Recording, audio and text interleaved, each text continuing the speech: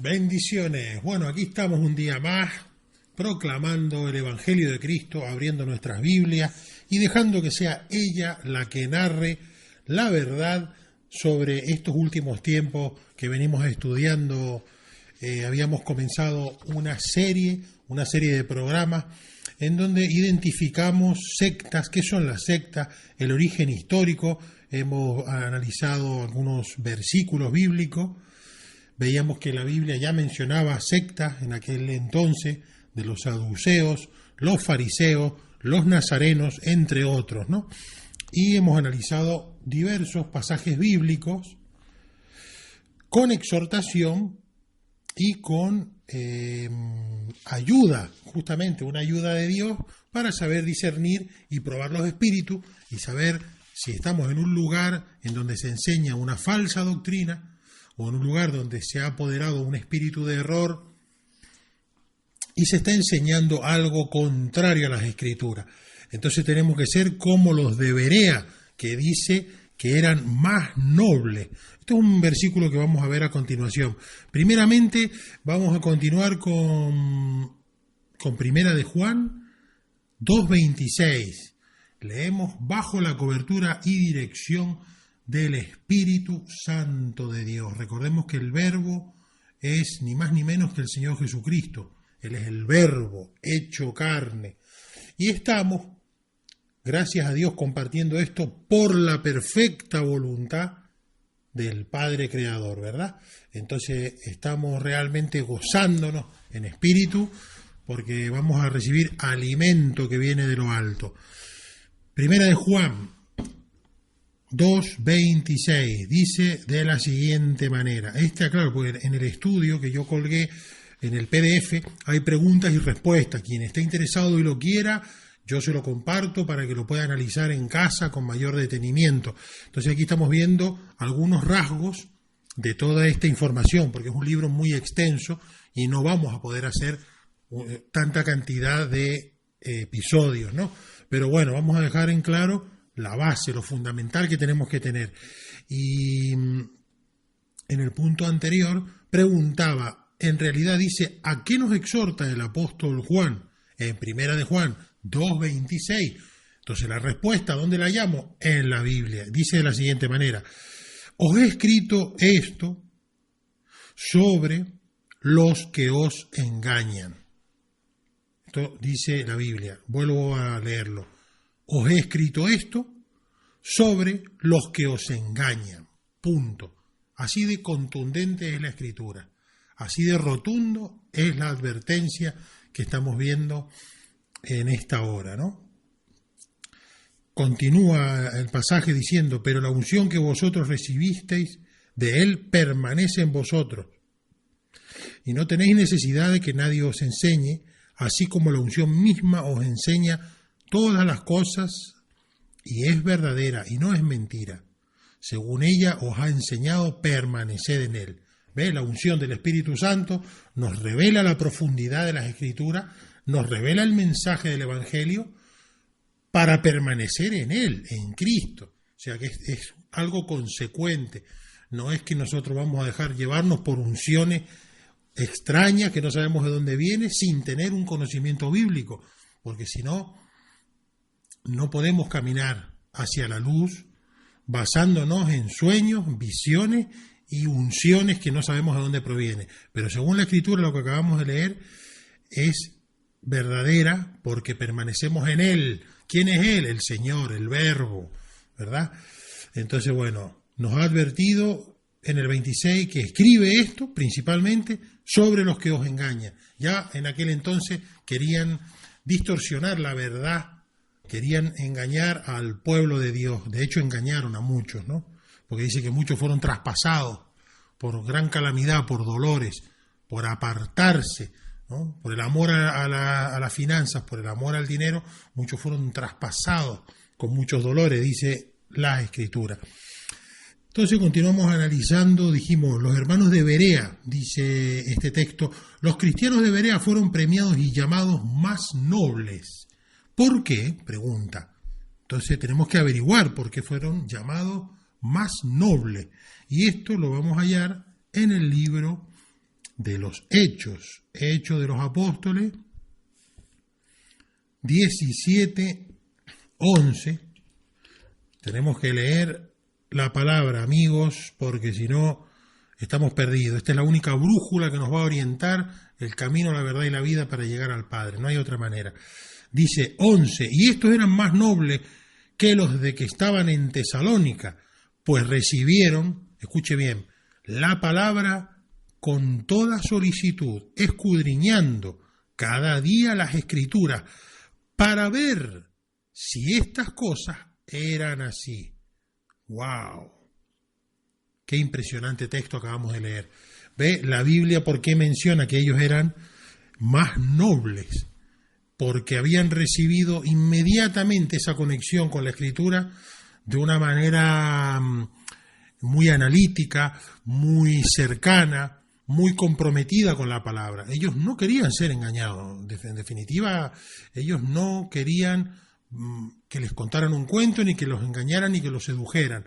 Por eso dice que la escudriñaban, la recibían con toda solicitud, escudriñando cada día las Escrituras, para ver si estas cosas eran así. O sea, era difícil engañar a estos hermanos. Bueno, de hecho no creo que se les pudiera engañar, porque si tenían un estudio bíblico cada día, no podía venir cualquier audaz de esto, ¿no?, a decirle: no, hermano, pero es que la Biblia dice esto. ¿No? Muchos se amparan con los versículos bíblicos, pero claro, recordemos que Satanás y sus demonios también tienen ministros de luz disfrazados y también conocen las Escrituras y saben cómo darle un vuelco al asunto para enseñar cualquier tipo de herejía y poder alejar a Cristo como la centralidad de la predicación o como la razón de ser verdaderamente de un cristiano, que es reconocer y exaltar el nombre y la figura de nuestro Señor Jesucristo por ese sacrificio en la cruz para la vida eterna que nos ha regalado. Eso es un regalo que hemos recibido por gracia. Él paga el precio más alto imaginable, nos lo da a nosotros por gracia, porque Él sabe que a través de la gracia ha llegado la vida eterna, no a través de la ley. La ley no la puede cumplir nadie. Por eso Él se tuvo que sacrificar a sí mismo para que tú y yo podamos conocer estas verdades del Evangelio, estas profundidades que enriquecen nuestra vida, nuestra alma y nos dan aliento de vida.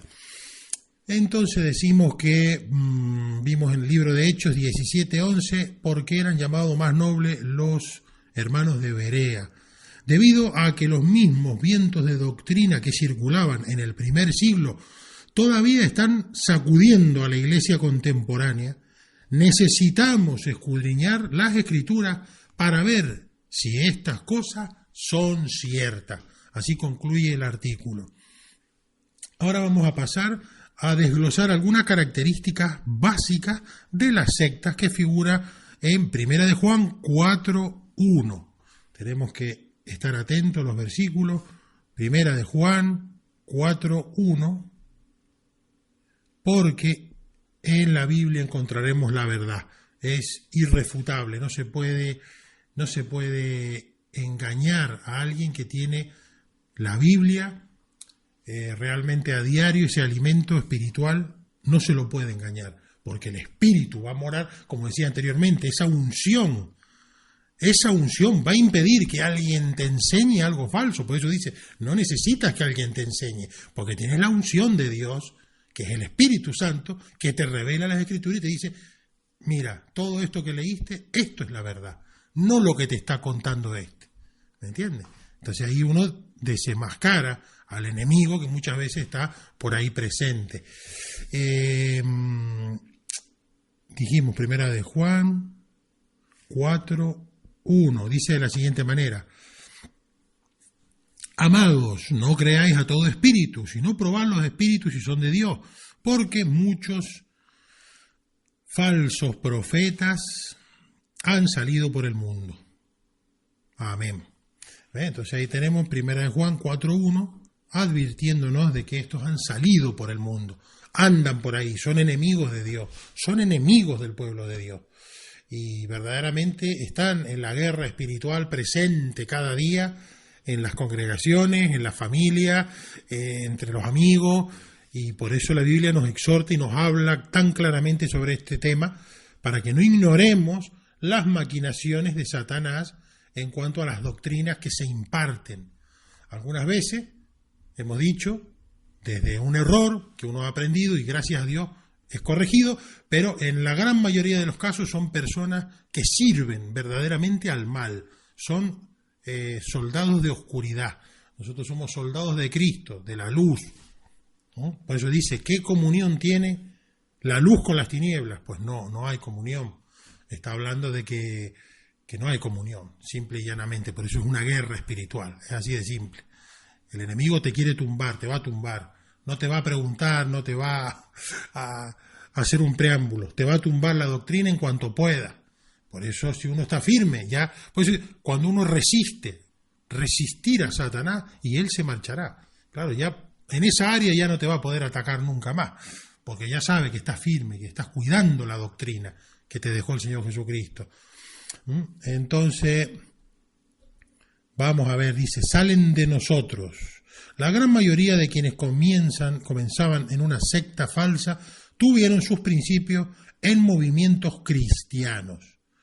Entonces, vamos a ver, Primera de Juan 2:9, Primera de Juan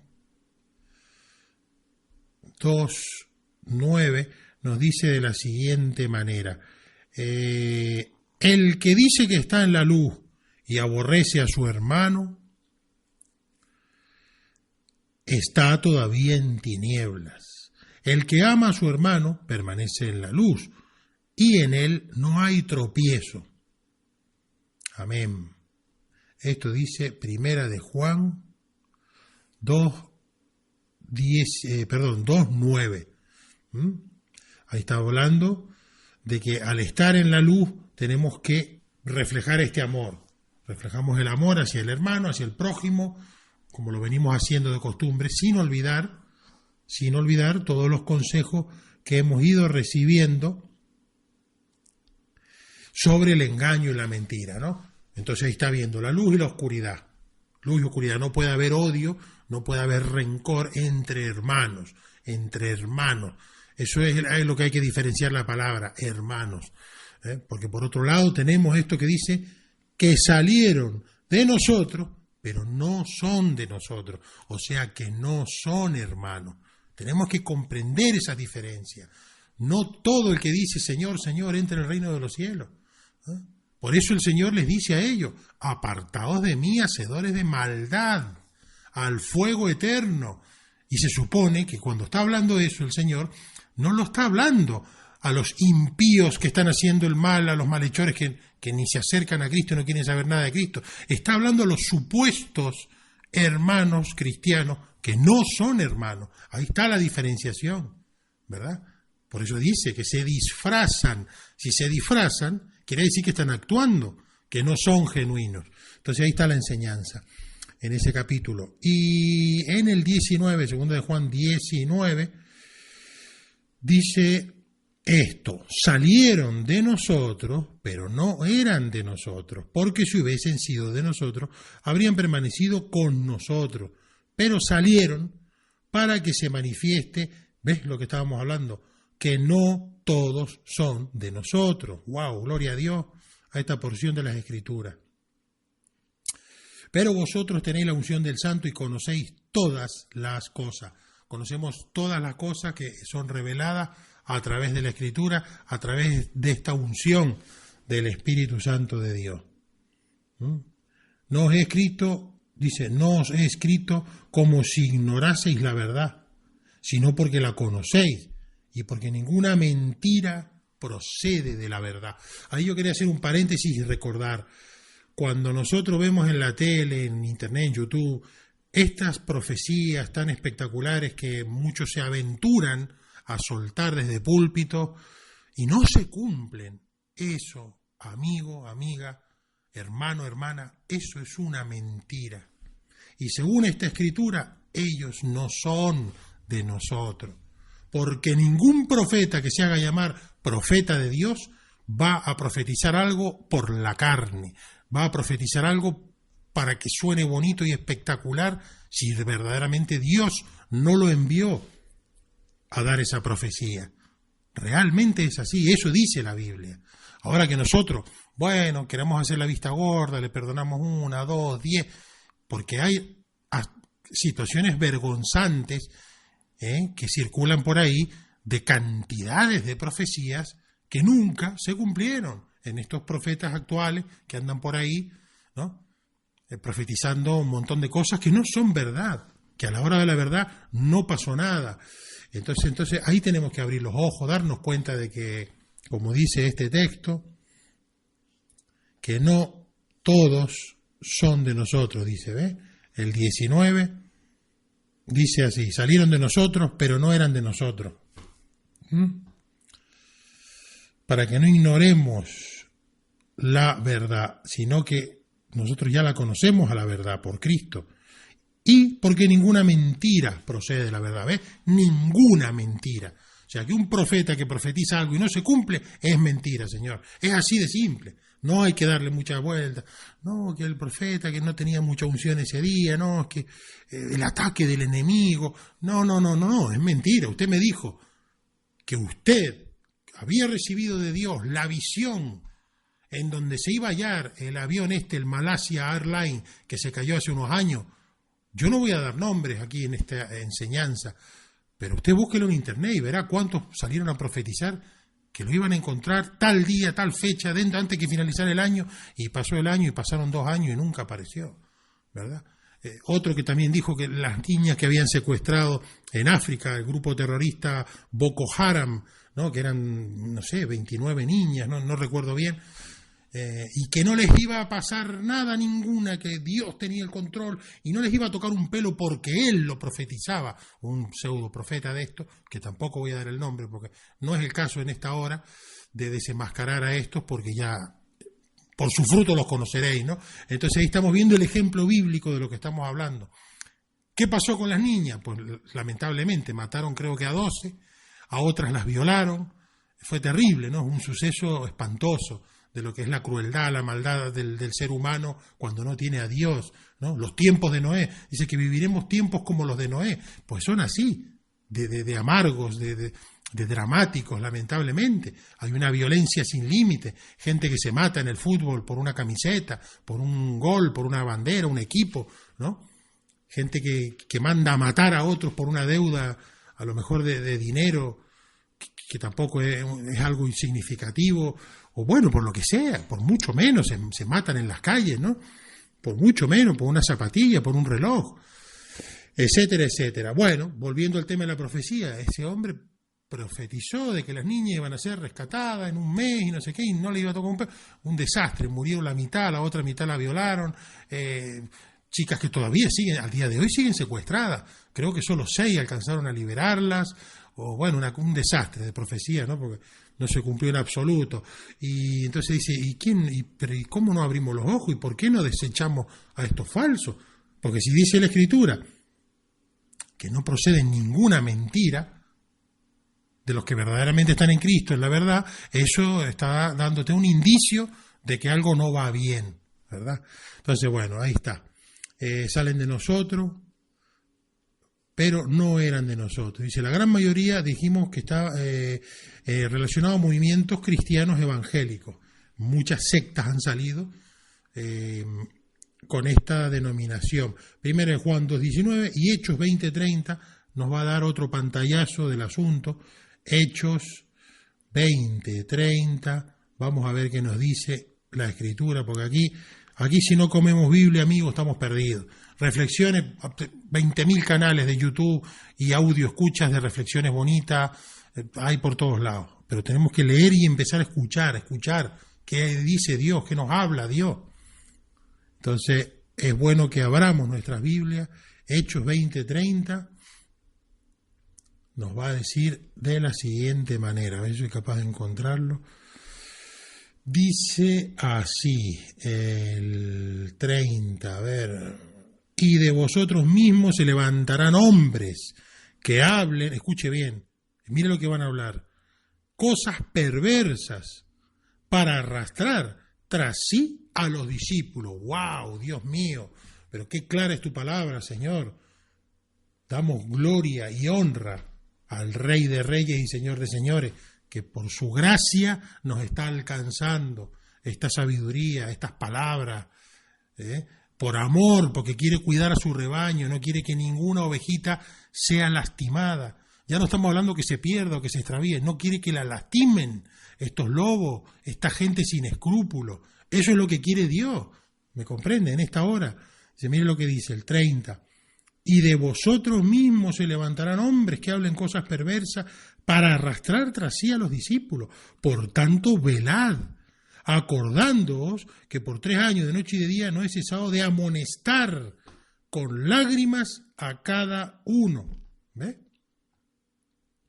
Y ahora, hermanos, encomiendo a Dios y a la palabra de su gracia, que tiene poder para sobreedificaros y daros herencia con todos los santificados. Amén. Qué palabra hermosa de poder estamos viendo. Ve cómo la corrección, el apóstol Pablo aquí, cómo corrige y recuerda la amonestación con lágrimas a cada uno, lo necesario que es que nos amonesten, que nos tiren las orejas de vez en cuando y que nos digan, basta de ser tan cabezón, de estar porfiando, de estar caprichoneando con este tema. Si la Biblia te dice esto, no me lo vuelvas a pintar ni a plantear al dilema 2 semanas más adelante, que me entiende lo que quiero decir. O sea, es necesario a veces ese tirón de oreja, esa reprensión espiritual, no abuso de poder. En ninguno de los casos es abuso de poder. Eso es otro tema que se puede analizar, el abuso de poder que a veces hay, de manipulación exagerada, ¿no?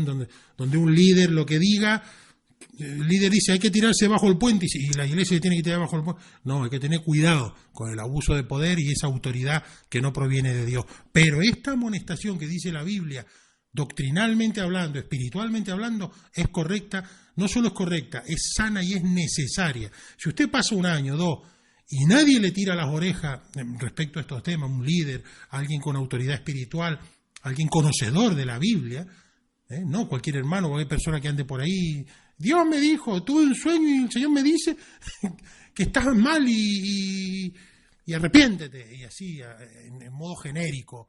No, hombre, eso también hace los adivinos, los que tienen la bola de cristal, te dicen cosas genéricas. Yo digo que este año usted puede tener un gran mal, pero si no se cubre con estas hierbitas, puede ser peor, y un desastre familiar y financiero puede tocar su vida. Y eso es genérico. A cualquier persona humana nos puede pasar eso, ¿no? Más en estos tiempos. En fin, usted me entiende a lo que quiero llegar. Entonces ahí vemos cómo con lágrimas eran disciplinados los discípulos, lágrimas, pero lágrimas de amor, ¿no? Para que comprendieran, para que fueran salvos, para que estuvieran aferrados ahí a la roca, en la brecha. Gloria a Dios, porque estamos aprendiendo de estos versículos de poder. Entonces dice, menciona algún fundador o secta o semisecta que provenga de algún trasfondo cristiano. Bueno, aquí hay muchos ejemplos que el estudio mismo va a ir desglosando a lo largo de esta serie, pero yo he mencionado 2 o 3 nada más. Por ejemplo, Joseph Smith, para tener en cuenta, es un ejemplo. Joseph Smith es el autor, o mejor dicho, el fundador de los mormones, ¿no? ¿Cómo comenzó el movimiento con los mormones? Pues igual, como comienza la mayoría de la secta. Tuve una visión, soñé, tuve una visión y bajó un ángel, me llevó al 7º cielo y tomé mate con Dios y después me hizo visitar el jardín del Edén y bueno, todo lo que se le ocurra. Porque hoy en día hay para contar historias de fábula, las que quiera, ¿no? Bueno, este hombre se le igual, ¿no? La visión, el ángel, como al César Castellano igual, bajo un ángel, la visión de los 12, el G12, tal. Entonces, bueno, Joseph Smith le da unas tablillas a ese ángel, un nuevo libro, nuevas revelaciones. Usted quédese con este dato. No hay nuevas revelaciones. Se acabó las revelaciones. Eso se acabó.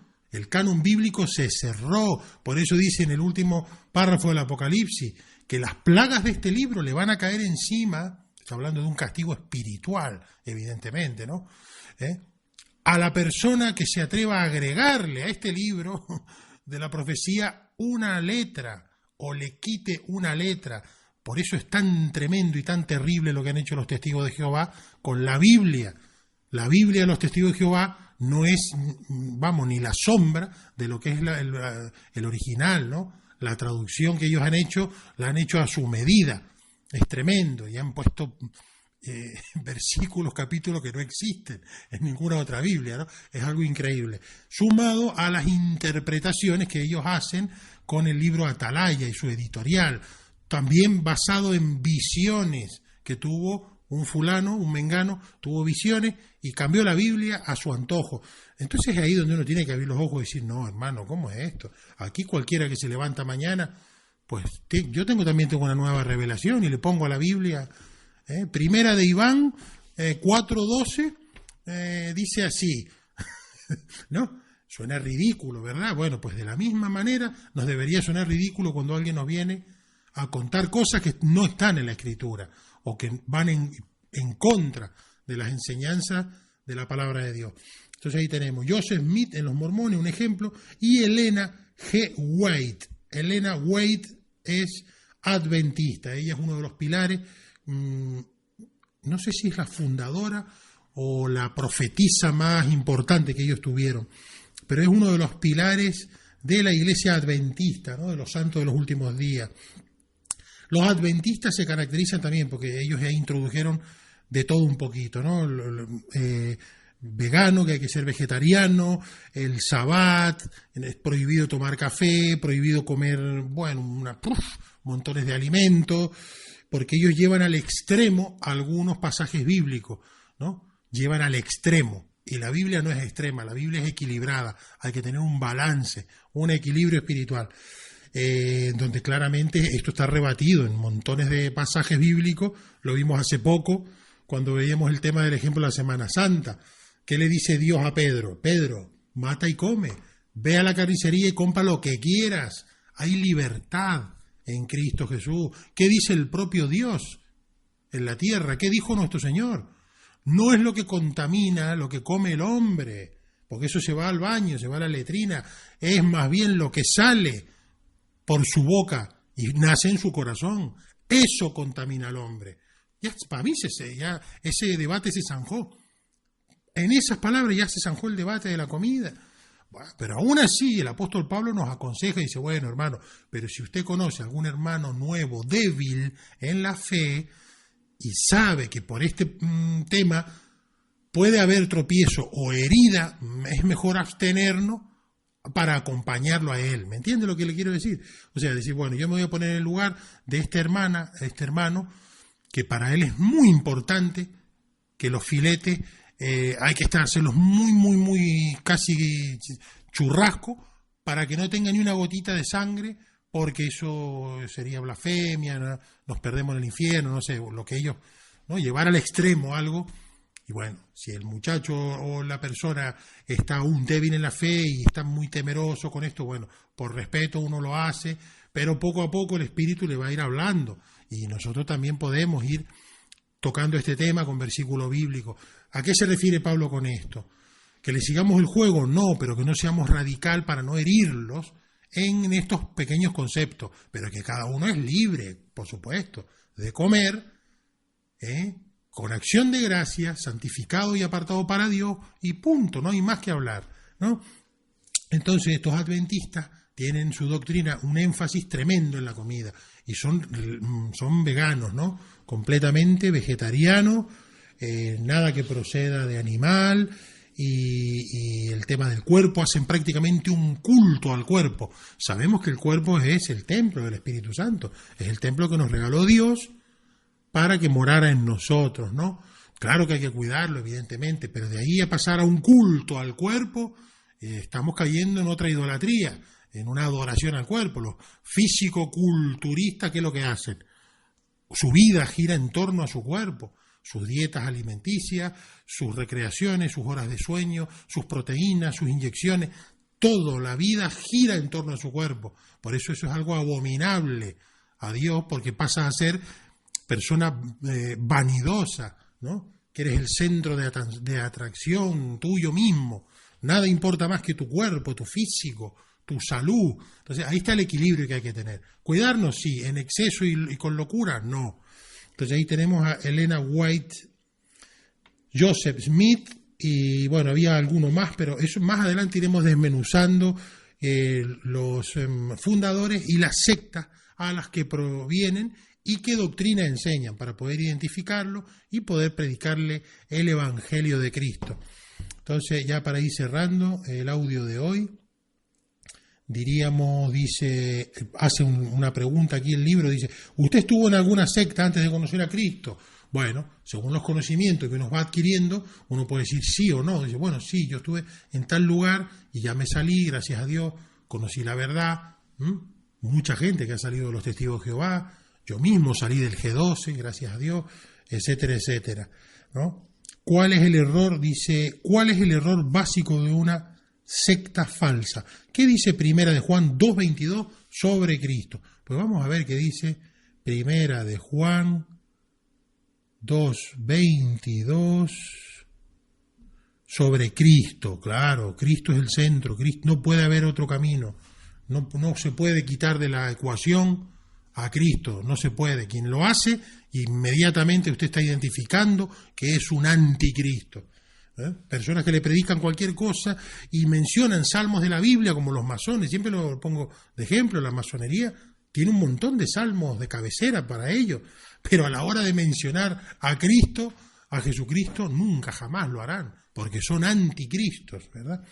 Entonces, así como ellos, hay muchos que no pronuncian el nombre, sobre todo nombre. Dice que estábamos viendo 1 Juan 2:22. ¿Qué dice la Biblia? En el 2:22 dice así. ¿Quién es el mentiroso? Sino el que niega, mire lo que estamos hablando. ¿Quién es el mentiroso sino el que niega que Jesús es el Cristo? Hace una pregunta retórica la Biblia, Este es anticristo. El que niega al Padre y al Hijo. ¡Wow! El Padre y el Hijo en la misma frase, para que no quede duda de que no son dos seres diferentes, son dos dioses que andan por ahí. Y no, usted se da cuenta que es el mismo. Qué grandiosa es la Escritura, cómo nos enseña. Me encanta encontrar estos detalles, estas perlitas que hallamos ahí. Repito, ¿quién es el mentiroso? Sino el que niega que Jesús es el Cristo. Este es anticristo, el que niega al Padre y al Hijo. Todo aquel que niega al Hijo tampoco tiene al Padre, ¿ve? Porque uno son. El que confiesa al Hijo tiene también al Padre. Los que habéis oído desde el principio permanezca en vosotros. Si lo que habéis oído desde el principio permanece en vosotros, también vosotros permaneceréis en el Hijo y en el Padre. Y esta es la promesa que Él nos hizo. Escucha bien cuál es la promesa. La vida eterna. ¡Wow! Gloria a Dios. Despedidos por este día en victoria, gozoso, porque hemos recibido al Padre y al Hijo bajo la unción del Espíritu Santo, ¿verdad? Estamos sellados con este precioso sello que es imborrable y que las huestes espirituales de maldad no pueden ni acercarse a un Hijo de Dios verdaderamente sellado, ¿no? Pueden seducirnos, nuestra propia carne nos hace caer, tentaciones, nos caemos como la puerca, ¿no? Que va ahí y se revuelca, pero tenemos al Cristo de la gloria que nos redime, nos da misericordias nuevas. Cada día, cada mañana Él nos renueva esta misericordia, nos vuelve a limpiar una vez más, nos vuelve a levantar, porque somos su rebaño. Él es nuestro pastor, Él es el gran pastor y nos cuida. Entonces no va a permitir que vengan lobos rapaces a devorar el rebaño, claro que no. Si estamos en su mano, Él nos va a proteger de todos estos peligros espirituales que nos quieren acechar. Pero ahí estamos viendo la confesión verdadera. ¿Cuál es? Jesucristo, el que nos salvó. Él es el Padre y el Hijo. Él es el Espíritu Santo, ¿verdad? Qué hermosa promesa tenemos en Él, que es ni más ni menos que la vida eterna.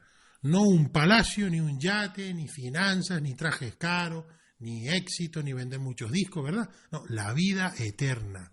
es lo más precioso que nos puede regalar el Padre Celestial, porque vamos a compartirla ¿con quién? Con Él. Gloria a Dios en este día de bendición. Ya quedamos despedidos por hoy y hemos analizado unos cuantos versículos y nos queda tarea para la próxima edición. Vamos a seguir abordando estos temas y vamos a seguir leyendo sobre todo la palabra, que es la que nos fortalece, la que nos da esa llenura espiritual que necesitamos para el día a día. Quedamos despedidos en victoria, bendecidos, bajo el nombre de nuestro Señor Jesucristo.